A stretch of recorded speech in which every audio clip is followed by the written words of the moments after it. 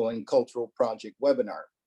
Hello, my name is Erwin Wong, and I am the director of CHCP Speaker Series. And now a little bit about the CHCP. The Chinese History and Cultural Project, a nonprofit organization, was founded in 1987 and based in Santa Clara County, California. We promote and preserve Chinese American and Chinese history and cultural through community outreach activities. And if you get a chance, please log on to our website, chcp.org, and check out our museum. And when you get a chance and when we're allowed to open our museum, please come to the location. Our museum is located in the History Park in San Jose, California. So with this said, today we have two very special guests, Loy Finn and Christian Yoken. A little bio about these, the two panelists. Loy Finn is a senior program associate at Community of 100. He has been there for the past year and a half, and Loy served as the overall lead for the from the Foundation for Frontier project, a research initiative that looked at 175 years of Chinese American contribution to the United States. Lloyd is a graduate of Princeton University, majoring in art and archaeology with a minor in East Asian studies. While at Princeton, Lloyd helped successfully advocate for Princeton's program in Asian American Studies, which began issuing diplomas in 2018. Christian Yoken is a professor, retired professor of humanities at San Jose State University. Prior to retirement for 35 years, he has served as a program coordinator, department chair, and director of the Center for Asian Studies. For over a decade, he has been on the advisory board of the AAA CNA King's Library. He is currently devoted more time to the studies of Asian American. Oh, by the way, he is our co-vice president of CHCP of education. So therefore, with this being said, we're going to start off with Lloyd. But before we start, as a note, during our presentation, if you have any questions, please use the Q&A icon on the top of your screen or on the bottom of your monitor screen to enter your questions. Due to the time constraint, we will do our best to answer as many questions as possible. So without further ado, Lloyd, take it away. Thank you so much, Erwin and CHCP and Dave and Chris for making the time for this presentation from the Committee 100. We're very happy that so many people have joined us this afternoon to hear us talk about From Foundations to Frontiers. Just right off the bat, I wanted to introduce more about the Committee 100. The Committee 100 is a nonpartisan leadership organization of prominent Chinese Americans across quite a few industries like business, government, academia, and the arts. The committee's focus is a dual mission aimed at promoting the full participation of all Chinese Americans in American society, as well as advancing constructive dialogue between the peoples and leaders of the US and Greater China, which encompasses mainland China, Taiwan, Hong Kong, and other regions in the Chinese diaspora. So thank you all so much for hearing C100 out tonight. Or this afternoon, sorry, we're on the East Coast time and everybody's on Pacific time. So my colleague Olivia is on as well, and she's graciously offered to advance the slides. So thank you so much, Olivia. Next slide, please. So for our presentation tonight, or sorry, this afternoon, we'll cover what motivated C100 to commission this study, some important data and narratives that may not be as apparent in the general understanding of Chinese Americans, key takeaways, and a call to action, and other ways we can all come together to make a difference for Chinese Americans and the overall Asian American Pacific Islander community. Next slide, please. Before we begin, I also wanted to remind everybody of our microsite that houses the white paper and 7 pillar reports covering arts and culture, civil rights, public service and politics, science and tech, and a few other industries. Feel free to access it via the link that we have on the slide. Olivia will also leave that in the chat. Next slide, please. So why did C100 commission this study? Why now? C100 commissioned the Economist Intelligence Unit, the research and consulting arm of the Economist publication, to conduct this research on Chinese Americans. Basically, with the understanding that the US has always benefited greatly from being a multi-pluralistic, diverse, and inclusive society by taking in new ideas, values, and mindsets from around the world. If we think of all the innovation from immigrants, cultural offerings, and cuisines that have enriched American life and society, immigration and diversity are clear no-brainers.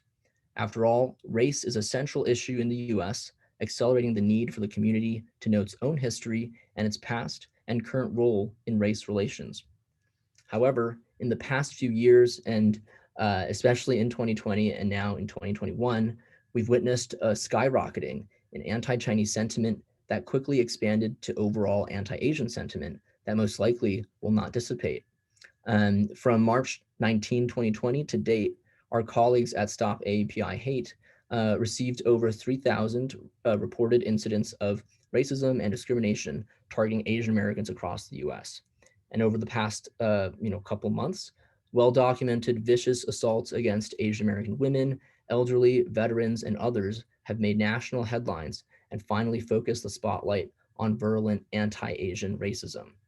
As such, we saw and still see a real need for Americans to hear a more truthful, more positive narrative of Chinese Americans grounded in facts and data. Our vision is for this piece of literature to not only be a helpful centerpiece in educating Chinese Americans and Chinese in America, but also to aid the American public's understanding of Chinese Americans as fundamentally American. We also hope that the media, policymakers at all levels of government, think tanks, and business leaders can draw on our study to use in their own discussions about US-China and or Chinese in America and Chinese Americans. We also see this first version of this project as a living document, as an ongoing project. We really we're not marketing this as a real comprehensive Bible of Chinese American history, and we really feel like there are a lot of voices and experiences and pieces of history that we will continually add to this over time in future versions.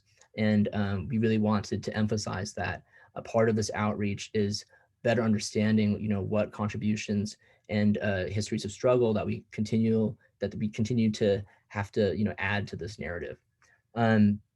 We also wanted to add that, we're probably going to get the question about why does this research focus on Chinese Americans so much and not necessarily on the overall Asian American community.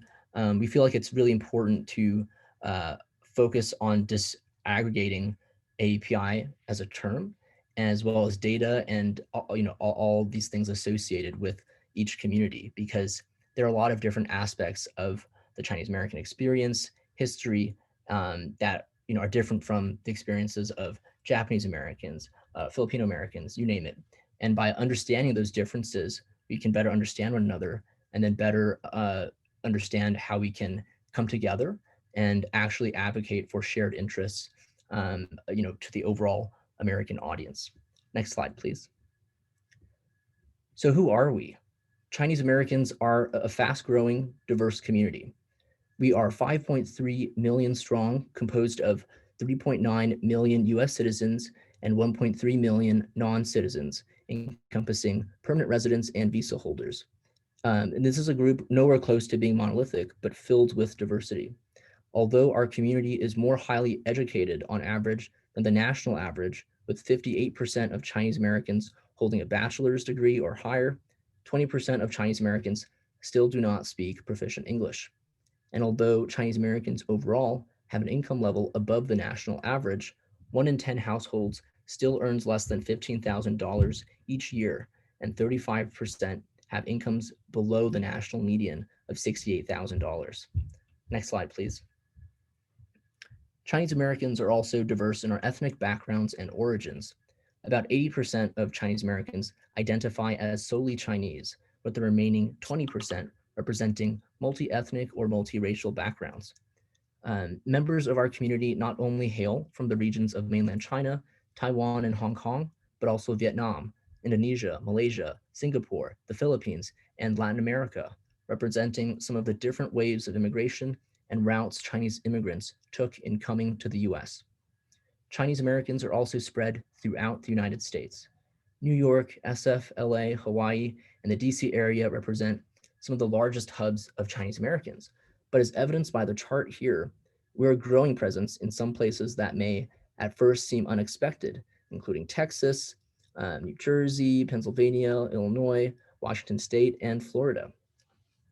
Next slide, please.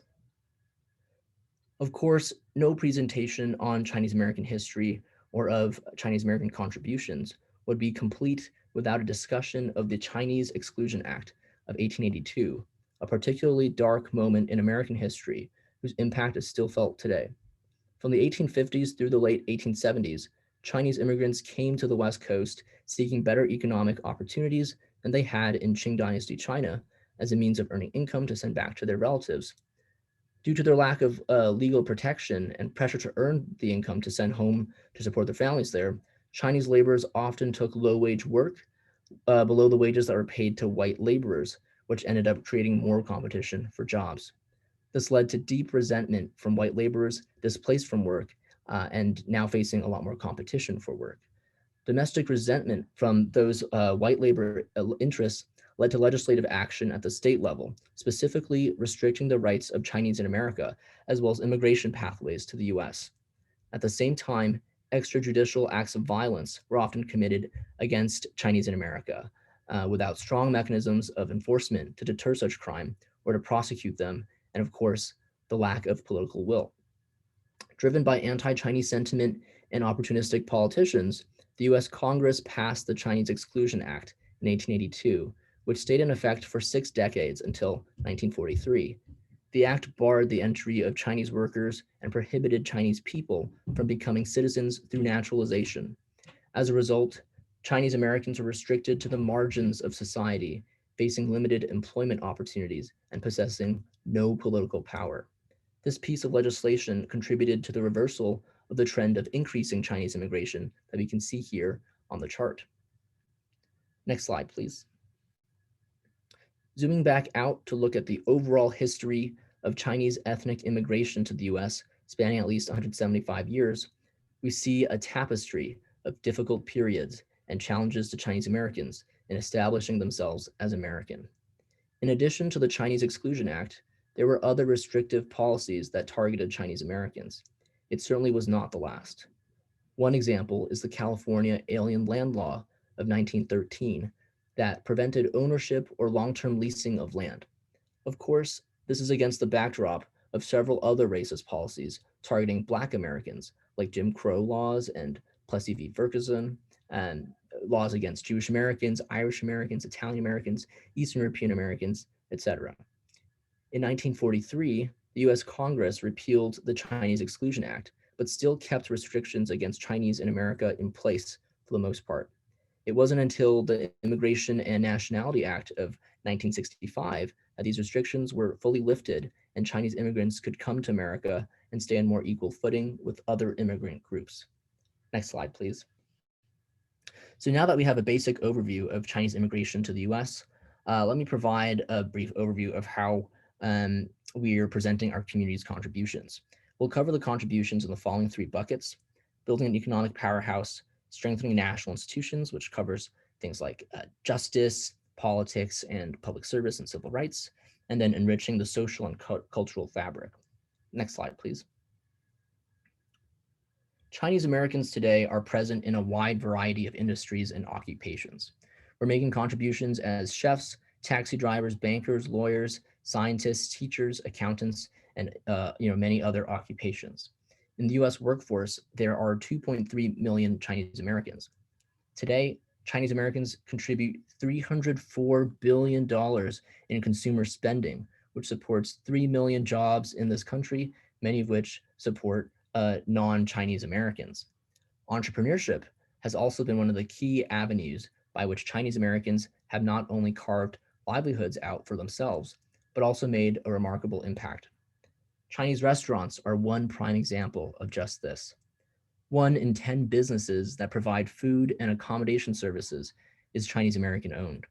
Another amazing data point we discovered is that there are 45,000 Chinese restaurants, far eclipsing the number of McDonald's, Pizza Huts, Taco Bells, and Wendy's combined. In the corporate world and white collar industries, however, Chinese Americans' overrepresentation in the entry level and mid level ranks um, overrepresentation in the entry level and mid level ranks, Chinese Americans are still vastly underrepresented in senior level executive positions. Chinese Americans face a bamboo ceiling where white professionals are 3 times as likely to reach executive ranks. This is one area where we see a real opportunity for our community to advocate for significant changes. Next slide, please. Likewise, Chinese Americans have made significant contributions in infrastructure. In the late 1800s, Chinese workers made up 90% of the labor force that built the western half of the Central Pacific Railroad and worked on other rail projects that linked the US. The completion of the railroads connected the country, enabling even greater economic growth and connectivity across the country. Within 10 years of completion, the Transcontinental Railroad transported $1.3 billion in today's dollars worth of freight annually. The impact of their contribution is still felt today, as the freight rail industry still transports nearly 40% of goods and products each year and supports 1.5 million American jobs.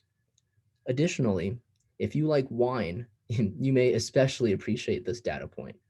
California is home, of course, to one of the most prolific and well-regarded wine industries in the world, producing 90% of all US wine today. In the late 19th century, Chinese immigrants helped to establish the foundation of the California wine industry in Napa and Sonoma by constructing roads, stone bridges, rock walls, wine cellars, and irrigation ditches. They also worked in vineyards in Southern California. Between 1856 and 1869, Chinese workers planted the majority of Sonoma County's 3.2 million grapevines. It's estimated that the entire wine industry in California would have been set back 30 to 50 years without the contribution of Chinese vineyard workers. Next slide, please. Chinese Americans have been important drivers of US scientific advancement and innovation, creating jobs and capital market growth. We're well represented in STEM-related occupations across computer science, biotech, engineering, and other fields. From 1995 to 1998, 1 in 5 high-tech startups in Silicon Valley were run by Chinese immigrants. At the end of that 3-year period, these companies generated over $13.2 billion in sales and created up to 42,000 jobs. Fast forward to 2011 to 2020, we've seen 9 Fortune 500 companies creating a combined 332,000 jobs, and their market cap together amounting to $578 billion at their historic peak. On the right side of the screen, you'll see some of the logos of companies founded or co-founded by Chinese Americans. Jensen Huang of NVIDIA, David K. Lam of Lam Research, and Lisa Su, who is president and CEO of Advanced Micro Devices, are some of the folks represented on this slide right now. We also have other well-known household names like Zoom, founded by Eric S. Yuan, Stephen Chen, co-founder of YouTube, Yahoo co-founder Jerry Yang, and then Ken Xiao, who founded Fortinet. Their success was also only made possible by academic exchange between the US, China, and Taiwan, and an immigration policy that recognized the value of attracting the world's talented, ambitious minds and hearts. And we're going to hear actually now from Jerry Yang talk about this same concept of the importance of Chinese American contributions in the science and tech innovation space.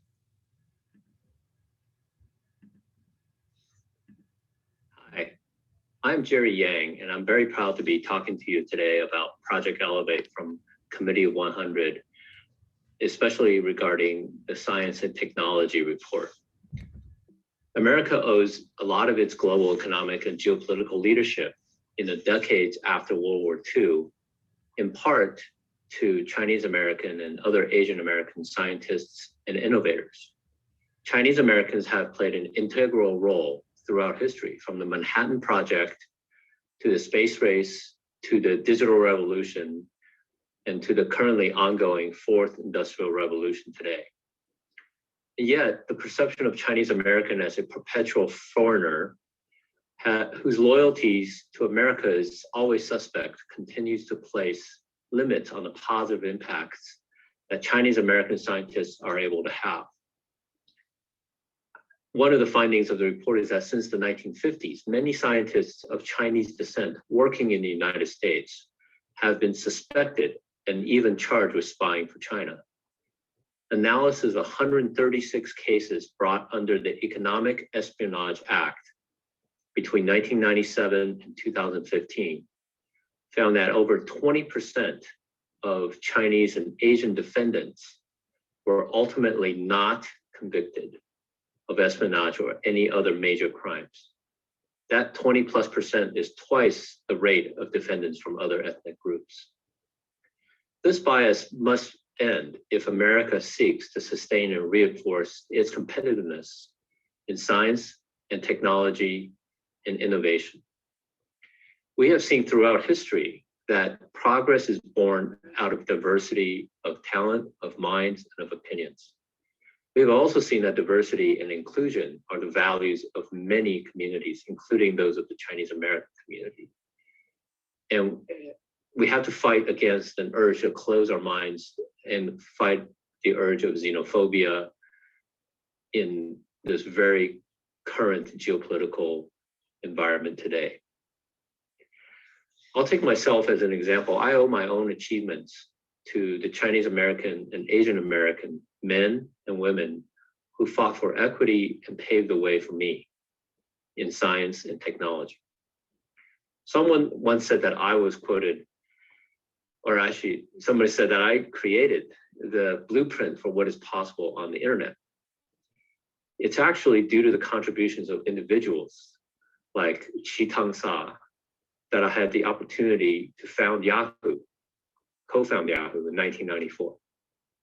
Equally important, it is because of spirits of individuals like Chen Qiong-Wu that I was able to imagine a future full of endless possibilities, not just for the internet, but for myself. Let me talk about these two. Chi-Tang Sa was among the leading figures in semiconductor technology in the 1960s. In 1963, while working at Fairchild Semiconductor Corporation, Dr. Sa invented the complementary metal oxide semiconductor, now known as CMOS, device fabrication process with Frank Wallace, which today is the dominant way to manufacture 90% of the integrated circuits. Sa's invention completely revolutionized the electronics industry, opening the doors to mobile phones, computers, televisions, and vast arrays of consumer electronic devices that are now all mainstays of our everyday life. Without Dr. Sa's innovation, I quite literally could not have found the Yahoo. Another individual, Chen Qiong-Wu, was a Chinese American physicist whose impact on her field was so extraordinary that she would be later called the Queen of Nuclear Research and the First Lady of Physics. She is believed to have been the only Chinese person to have worked on the Manhattan Project. Dr. Wu had a long career at Columbia University, yet was not paid equal to her male counterparts until nearly 20 years of being a full professor. And despite her vast achievements, Dr. Wu was denied the recognition of Nobel Prize, although she did receive many honors during her career, and even served as the first woman to be president of the American Physical Society in 1975. I'm speaking with you tonight to honor the legacy of individuals like Chi-Tang Sa, Chen Qiong-Wu, and so many other Chinese Americans in science technology who enabled my generation of Chinese American scientists, researchers, and tech entrepreneurs to find success in America. I've been able to reach such great heights in my own life because I am standing on the shoulders of those who came before me. Now, I offer my own shoulders for the next generation to stand upon in order to push the boundaries of what is possible. Thank you.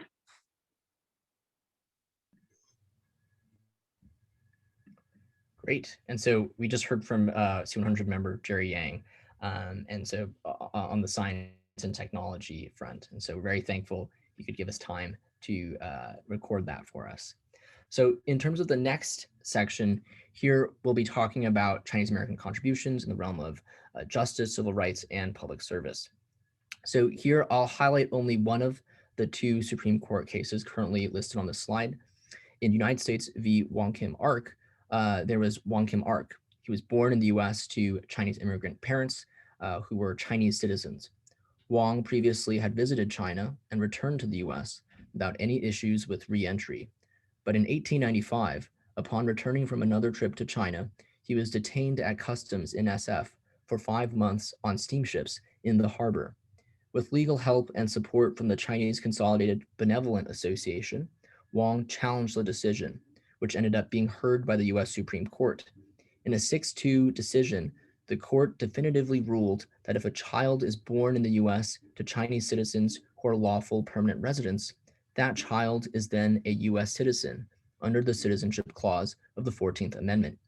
Wong's case confirmed birthright citizenship, a case that has had an immeasurable impact on America, contributing to the wealth in ethnic, racial, and linguistic diversity, just to name some, in our country.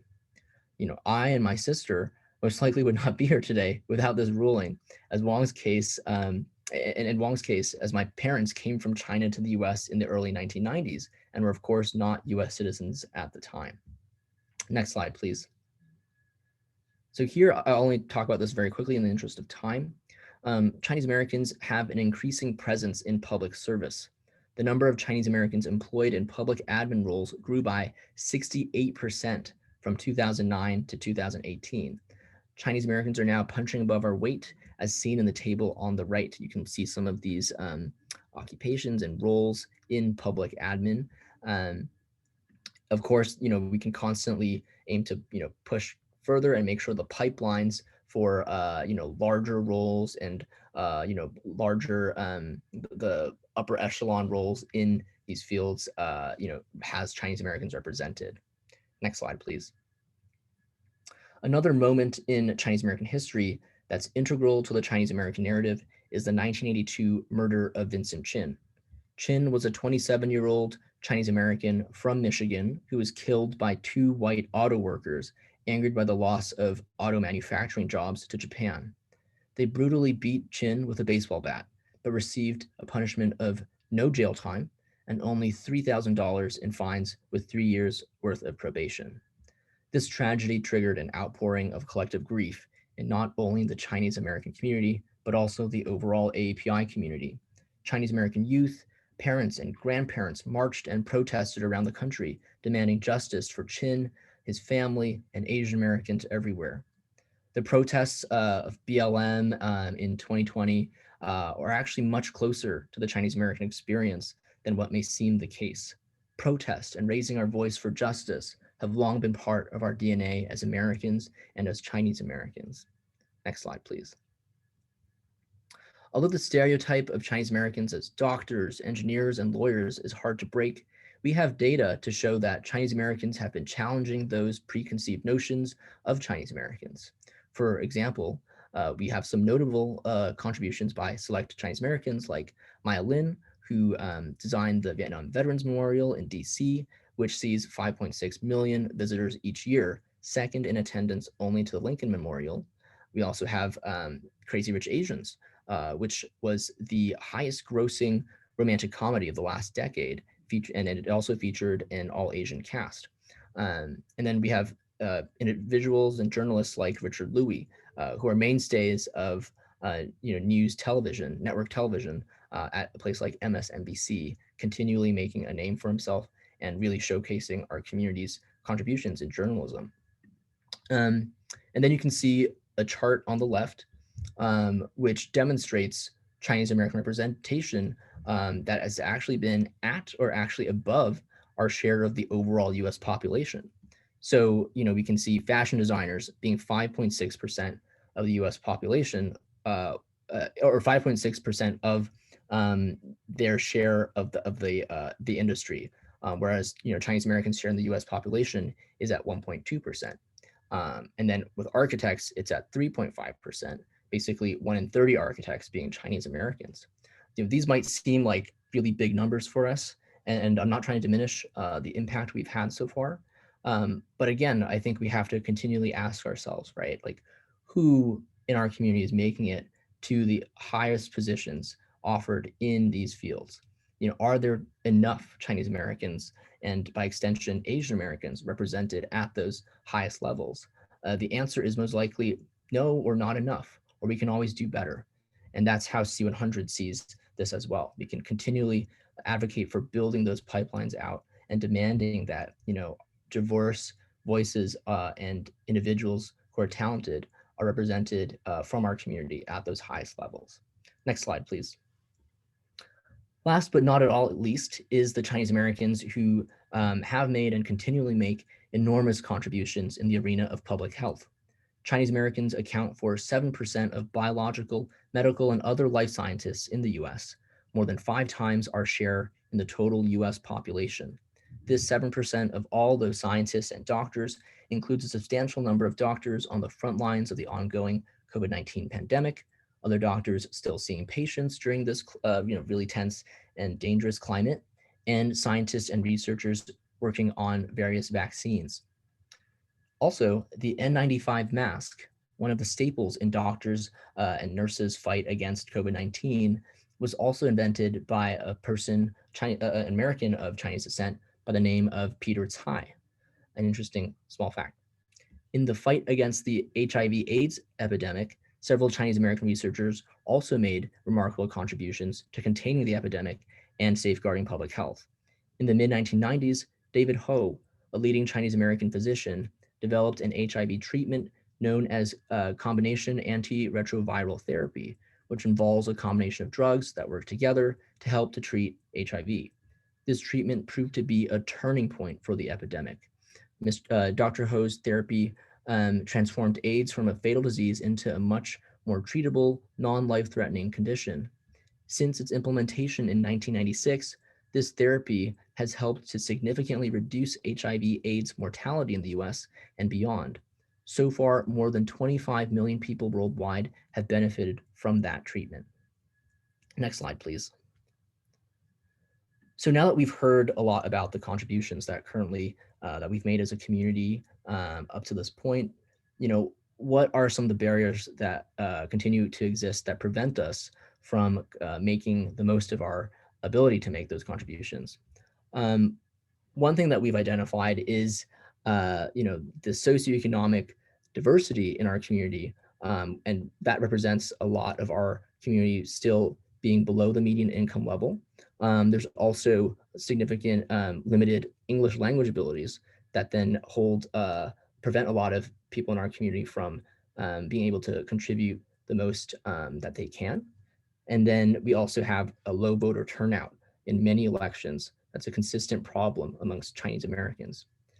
Next, Chinese Americans are still vastly underrepresented in leadership positions across industries.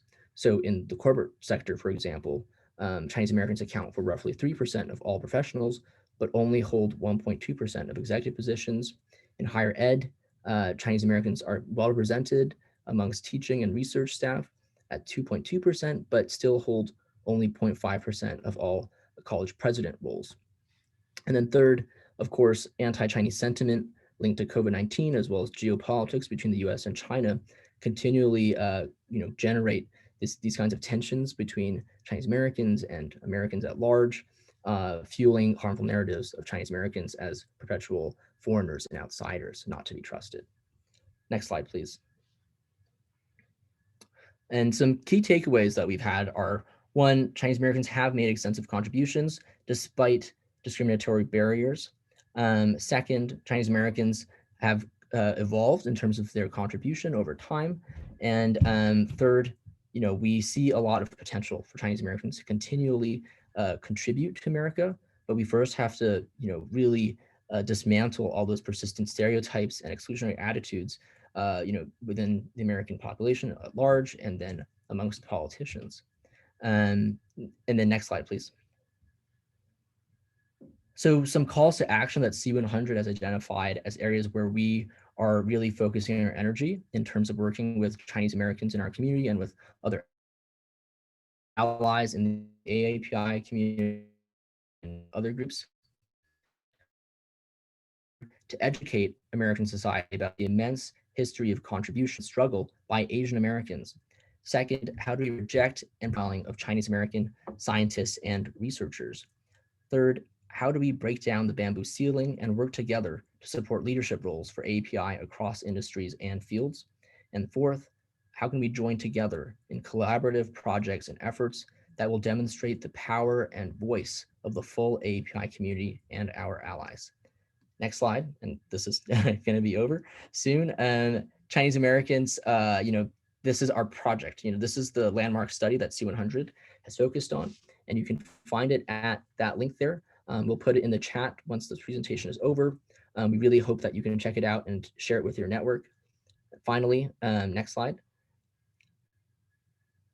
You can find more information about C100 at the links there, and we can share that more in the link in the chat. Thank you so much for taking the time. And I'm going to turn over to Chris from CHCP to give his presentation. Hello, everyone. This is Chris Chokum, and as the co-VP for Education for Chinese Historical and Cultural Project, you might guess that I'm going to talk about education. Lloyd, thank you so much for that rich presentation from 10,000 feet, covering everything that's going on in the United States. I'm going to focus more on California, and mine will be more of a micro presentation, and try to highlight the ways in which Chinese Americans have been trying to gain a greater foothold in education in California, especially in the California State University and in the University of California system. So I'm going to first share some slides with you, and then I'll be able to build my presentation on what you're going to see in the slides here. Okay, so I want to talk about Chinese Americans in California higher education. Now, as you heard from Lloyd, there are many researchers and teachers, professors in American colleges and universities, but as in other areas, there's a bit of a glass ceiling, so there are not that many in the highest positions, such as college or university presidents. We're actually doing pretty well in California. And I want to begin actually with the national organizations that's trying to further the presence of Chinese Americans in higher education, just so you know about it. And that's the Asian Pacific American Higher Education Group. And they have a major summit every year. And I just thought I'd point out for any of you who might be interested in registering that their summit this year is on advancing a racial equity agenda. And as you can guess, like so many other Asian American organizations, they're responding to the rise in hate crimes that unfortunately has been happening this past year. You can see in my background the campus of San Jose State University, where I was a professor for 35 years before retiring.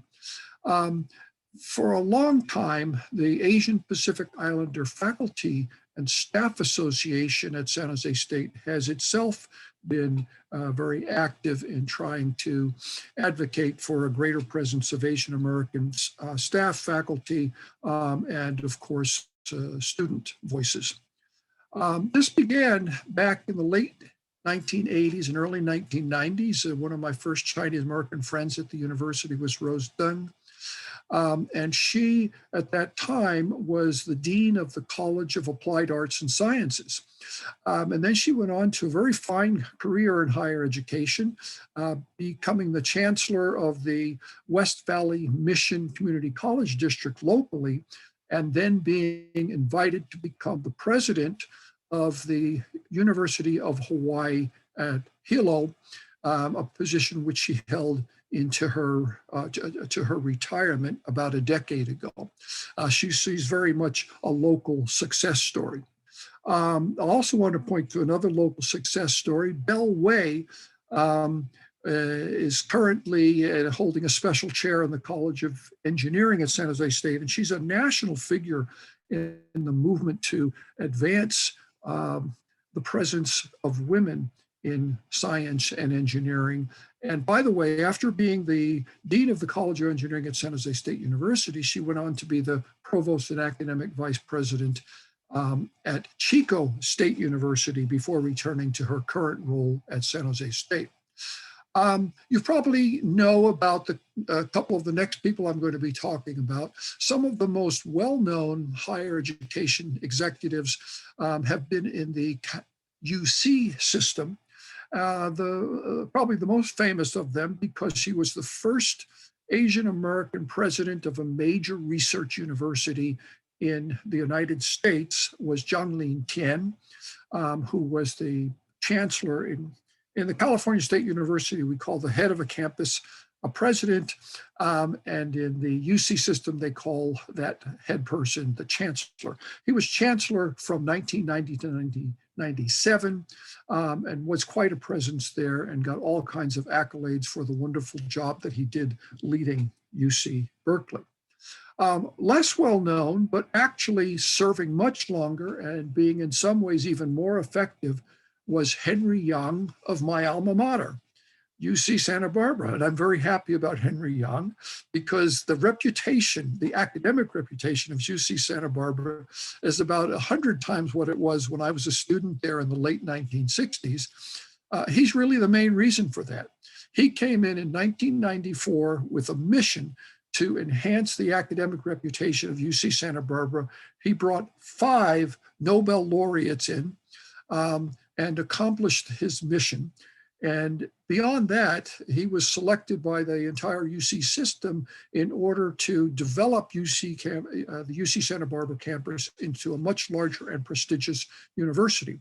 So in 2010, the UC Regents approved his long-term development plan for the university, and they're now in the midst of that, building new dormitories so that it can accommodate more students living on campus, and having many outstanding new programs, especially in the sciences and in the creative arts.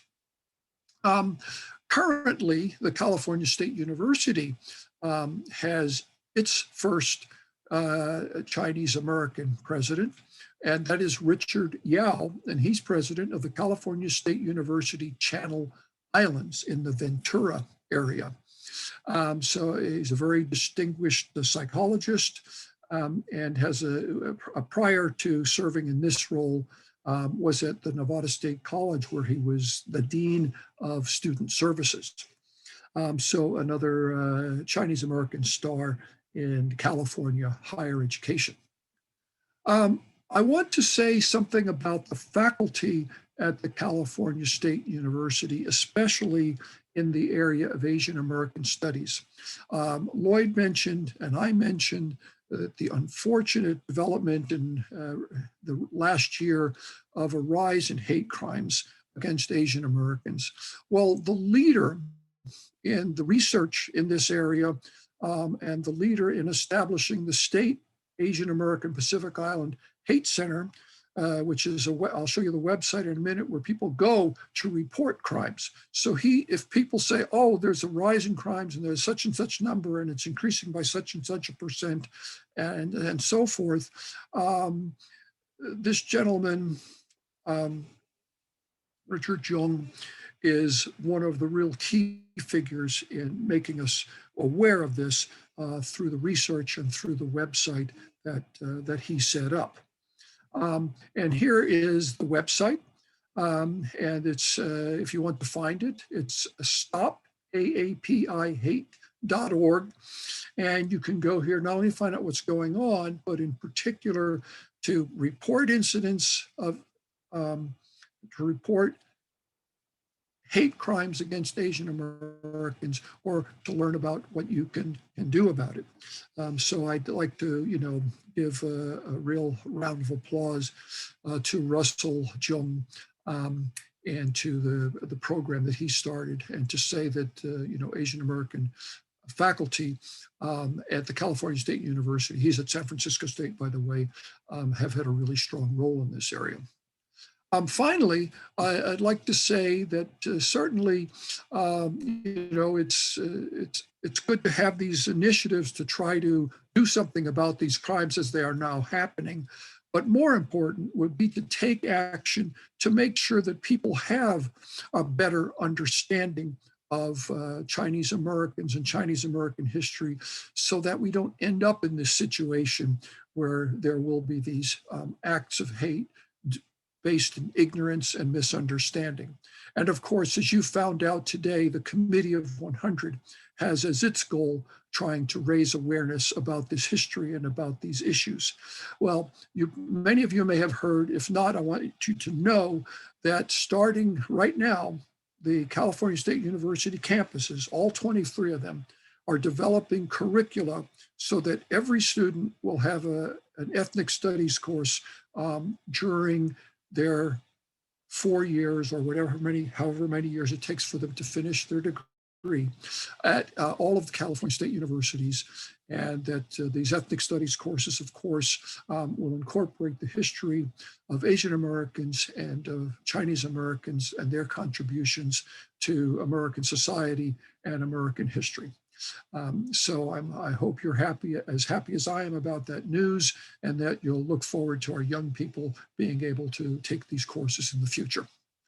Okay, that's it for me, and I'm going to turn things back to Erwin now.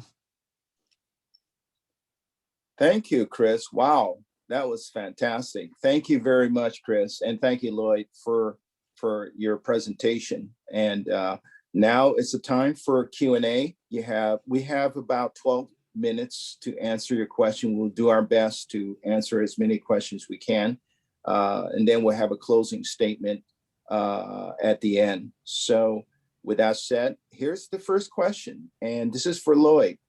Does this study examine the relationship between Chinese American with other Asian American, and between Chinese American and with other racial and ethnic groups? Yeah, thank you so much, Erwin, for that question. Currently, the focus is very much on emphasizing this narrative of Chinese American contribution and a history of struggles, because it's not something that we feel like the media or politicians and business leaders are really aware of. And so in this first look at this history, we actually weren't able to include a lot of those stories and experiences of how Chinese Americans have worked together, or sometimes in opposition to other API groups, and then Black Americans, Jewish Americans, all these other groups. These are incredibly important parts of our story that definitely need to be told, and sometimes they're very complicated and very disappointing at different points, and we still need to tell them. We also weren't able to include enough voices of Chinese American women. And that's something that we really see as another point of focus for future versions of this. LGBTQIA plus Chinese Americans and their contributions, and that part of our community also needs to be included. So there's a lot of different versions of this that needs to come out over time. Oh, thank you. Thank you very much, Lloyd. We have a question for Chris, and it said, let me see. What program does your organization as a CHCP, or as a matter of fact, Lloyd can answer that too, have for elementary, middle, high school, and college students? And then of course for Lloyd, what is the C100 Next Generation Development Program, and its other, things that you had? I think I received your email on the 7 points in addressing the racial outbreak in the United States. So anyway, with that said, Chris? Yeah, I can give a very brief answer to the question, because the Chinese Historical and Cultural Project a few years ago raised money in order to support a project at History San Jose, which is called Immigration, Telling Your Story. And the CHCP provides funding not only to make sure that that curriculum will include information about Chinese American immigrants, but more than that, is providing the lion's share of the funding that makes it possible for elementary school kids to get from their schools to History Park to participate in that project on immigration to America. Oh, great. Lloyd, do you have any comments on that? Yeah, I definitely do. So in terms of how C100 is engaging with younger generations of, Chinese Americans and Chinese in America, like, elementary, middle school, high schoolers, traditionally, we haven't necessarily reached those audiences as much as, we now think we definitely should. And so part of the effort of the From Foundations to Frontiers project is definitely to make sure that this story is told and accessible to all age groups, all audiences within our community. So we've been doing these virtual talk sessions about this project also with, Chinese language schools, a lot of, different Chinese parents in across America. So really trying to reach broad sets of people. In terms of, how we're reaching younger audiences, we also are, as we've seen in 2020 and now 2021 with the COVID pandemic, a lot of these things are virtual now, virtual engagement. And so, C100 is actively exploring ways of reaching different audiences now through these kinds of platforms and through social media. Erwin, you mentioned C100's recent statement, a 7-point statement on this racism against Asian Americans in our country. We're focused on putting out a lot more statements and being a lot more vocal on behalf of our community towards those efforts and backing things up with a lot of substantive projects that you'll see to come. And so we're hoping to get as much of our community involved as possible. Okay. So we have, I'm reading this one question. The Chinese in America by Iris Chang is one on our subject. Are there others that you can recommend for us to read as well as and instruct from? Well, let me start with a really outstanding work by Ronald Takaki of UC Berkeley. It's on Asian Americans in general, and it's called, I believe, as Strangers from a Farther Shore. That's the title of it. The subtitle is something about Asian American history. That's really the sort of the, what should I say, the foundational work in Asian American history. So that would be a good starting point. Lately, I've been reading 2 books about Angel Island, and I think they're both really eye-openers. One is by Erica Lee and Judy Young, and is about Angel Island immigration, and covers very well the history of immigration through Angel Island. Then very recently, Charles Egan of San Francisco State University Chinese Department published a book called Voices of Angel Island, in which he introduces and provides background for, and then provides these wonderful translations of the poetry written by Chinese immigrants, Japanese immigrants, Korean immigrants, and others. And it's really quite an incredible work, and provides with us not only some of the history, but also a window into the feelings of the people who came here in the late 19th and early, well, I shouldn't say that, in the early 20th century after Angel Island opened in 1910. And it really is a window into their hearts and souls, in addition to providing a lot of good history. So that's Charles Egan, Voices of Angel Island. Okay, thank you. Thank you very much, Chris. Here's a question, another one. What other things is Committee 100 doing to promote the Economist-sponsored research and study, social media campaign, other videos such as that of Jerry Yang did, etc.? Lloyd, do you have any comments on that? Oh, sorry. I think my internet conked out at the worst possible moment. Oh, okay.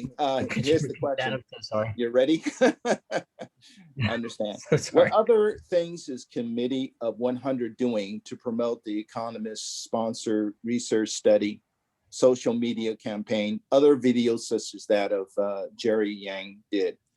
Yeah, that's a great question. Thank you for that question. I think I saw it in the chat or Q&A. Right. Basically, we launched this fully to the public. When I say this, I mean the microsite that, and link you have that in the chat. We launched that on February 8th, right before Lunar New Year, and we did a big push on our social media platforms, on Twitter, on LinkedIn, Facebook, and we're rolling out a lot of events in the next few months.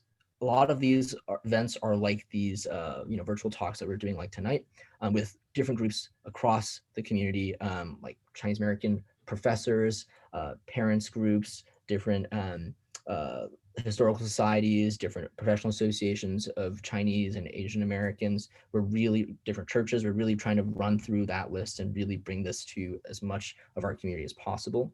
But then secondly, we are doing events focused on our members, focused on different contributions, focused on different aspects of our history, from in the coming months. So you should see them coming up. Just make sure to follow us at at Committee 100 on Twitter, as well as our Facebook page, and get on our, of course, our mailing list. You'll definitely be able to find those events. And we will promote them as much as we can. We're also working with other groups outside of the API community, like we work together with a lot of Black American groups like the NAACP, the National Urban League, as well as the American Jewish Committee, and we're focused on developing programming that will draw on what we've produced from Foundations to Frontiers, along with other reports that these other groups have done, to make sure we have this dialogue going on these kinds of events where we can mutually share and hear about each group's experience. So these are the kind of events C100 is focused on promoting and putting on in relation to Foundations, from Foundations to Frontiers. Okay, thank you. I have about 4 questions, pretty much the same thing about the Asian sentiment and the attacks and the increase in Asian, violence in America. So here's one question by this person. In the wake of the murder of George Floyd and the Black Lives Matter movement, there were many calls for national reckoning on race. These calls have mostly faded, but most organizations remain committed to this reckoning. What role should Chinese American and other Asian American be played in this movement, which for good reasons has been centered on Black experiences and perspective? It's kind of, I'm mixing in terms of what can us Asian people can do, and also, what is the next step for, what the C100 can do. So I'm gonna ask both questions, this questions to Lloyd and Chris. Chris kind of touch a little bit about it, and I'm going to start with Lloyd. Yeah, that's a great question, and it's been something that's been on our mind since what happened last year, as well as before, of course, given the long history of racism against Black Americans. And so C100 released a statement back when the tragedy happened, standing together with all these calls to action to make sure that justice would be served. And we're very much focused on supporting calls for reforming ways of reforming things like diversity, equity, and inclusion policies at different companies, to make sure that greater representation and diversity of underrepresented different industries, because partly that's something that's also going to affect Chinese Americans and Asian Americans in our experience. And it's important that we and along with other API groups and community groups are out there supporting and really building these coalitions with Black, Latino, all these other groups in our society, for whom certain struggles are shared. And we need to make sure that we are putting in the hard work to work together with all these other organizations and community groups. That way, our own interests are also served over time too. Like, Asian American groups came out strong, during the George Floyd tragedy and all the protests related to Black Lives Matter over the summer.